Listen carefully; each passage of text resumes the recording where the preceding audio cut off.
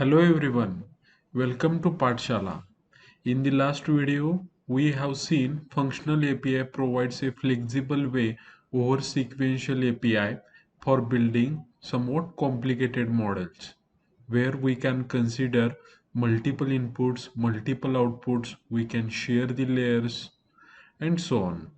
So in this video, we will build a model that generates two outputs from the given inputs. So let's see. So in the first cell, we have to import the libraries. We have imported NumPy as NP, Panda as PD. Then we have imported train underscore test underscore split from sklearn.model underscore selection module. And after that, we have imported TensorFlow as TF. Now for this, we are going to use a dataset, acute inflammations dataset, available at archive.ics.uci.edu website. Okay, so here we can see that dataset is multivariate. There are 120 instances. Number of attributes are 6, and basically this is the classification task. So let's see what is included in that data set. Okay, so 6 inputs are there. So temperature of patient ranging between 35 degrees Celsius to 42 degrees Celsius. Then rest of the elements are of yes and no. Occurrence of nausea, yes, no. Lumbar pain, yes, no. Urine pushing, yes, no. Micturition pains, yes, no. And finally, we have burning and swelling, yes, no. Okay, so this will be the input. Outputs are we have to identify inflammation of urine bladder, whether it is yes or no, and nephritis of renal pelvis origin, that is again of the type yes or no. So two outputs we have to predict. So coming to the Colab, we have downloaded that data set, and that data set is uploaded on the drive. So it is a most important to attach that drive to the Google Colab. So that can be easily done with the help of this code. We are importing drive module from google.colab, and we are using mount method to load those that drive. After that, we are using pandas to read the CSV file. pd.readcsv, location of that file, encoding is equal to UTF, and we are getting that data. We have printed first 5 records. So we are using only 10 instances for the sake of simplicity, and we have somewhat modified that data set in between 0 and 1 to represent yes and no. Now we are taking the values from that data frame. So this values attribute is to get the numpy array. So the return is numpy underscore dataset, and type of numpy underscore dataset is numpy array. Okay, now we are going to use this numpy array to get x underscore train and y underscore train for training, x underscore test and y underscore test for testing. Okay, that can be easily done with the help of train underscore test underscore split method available under sklearn. Okay, so we are passing the parameters. Parameters are numpy underscore dataset that we have received over here. We are interested in all the rows and all the columns till 6th. Okay, then the actual outputs are from the 6th. All the rows we are interested in, and columns starting from 6th.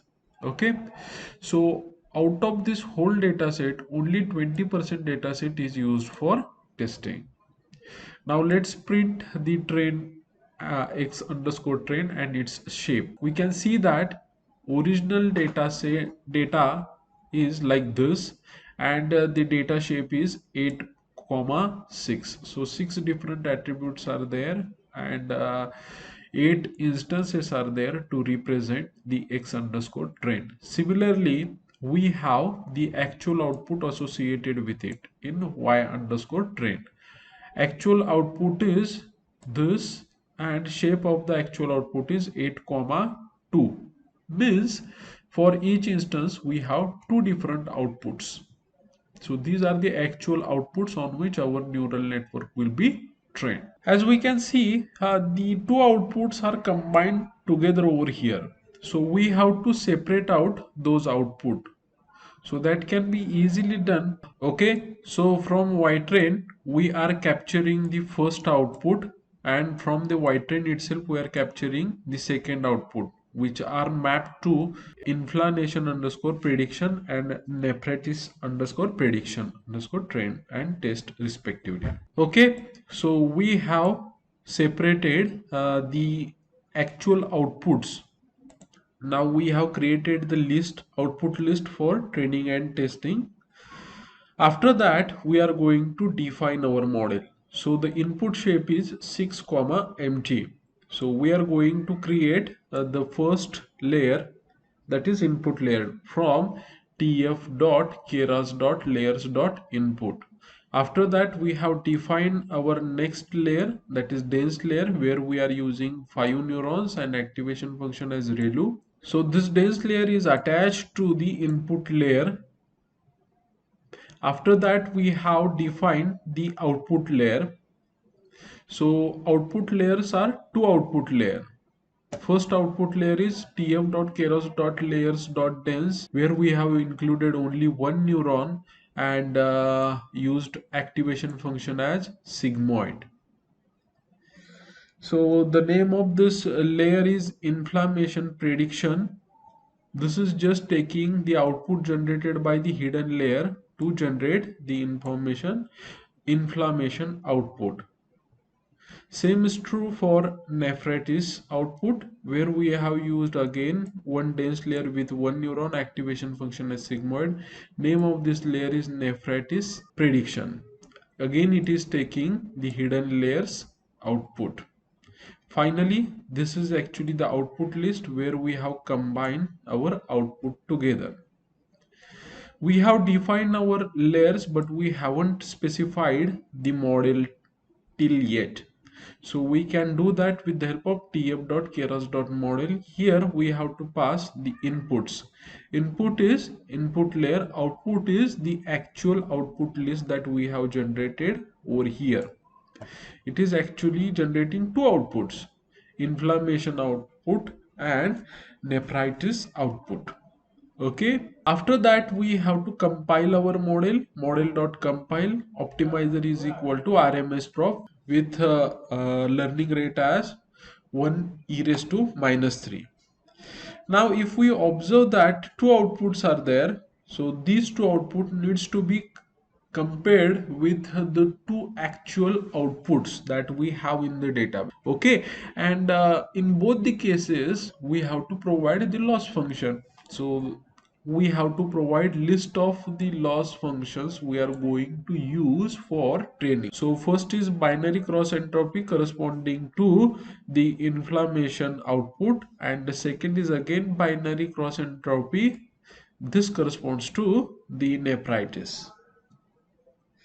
Okay, matrix is used over here as a accuracy. And finally we have plotted the graph for the model 1, where we are going to show the shapes. So we can see that input layer, first layer is input layer with shape question mark comma 6. Question mark corresponds to the batch size. Output is again question mark comma 6. This is provided as an input to the dense layer, where we have 5 neurons. These 5 neurons are connected in the fully connected fashion, and 5 outputs will be generated from the dense layer. So these 5 outputs are connected to the one neuron that is responsible for identifying the inflammation, and another one neuron that is responsible for identification of nephritis. Okay, So what changes we have to make while training the model? So just one change, output we have to combine together. Okay, so inflammation prediction underscore train, these are the actual outputs associated with the inflammation, and nephritis underscore prediction train, these are associated with the nephritis prediction. Just pass those. So we have passed xtrain, that is actual input, and these are the actual outputs. Output train, this is basically the list of the outputs. Then we have the validation. Just execute this particular cell. We are getting loss as 11.62. This is actually the addition of the loss that we have observed for the inflammation and nephritis. Okay, so this is the way in which we can create the multi-output models with the help of functional API. Thank you for watching the video.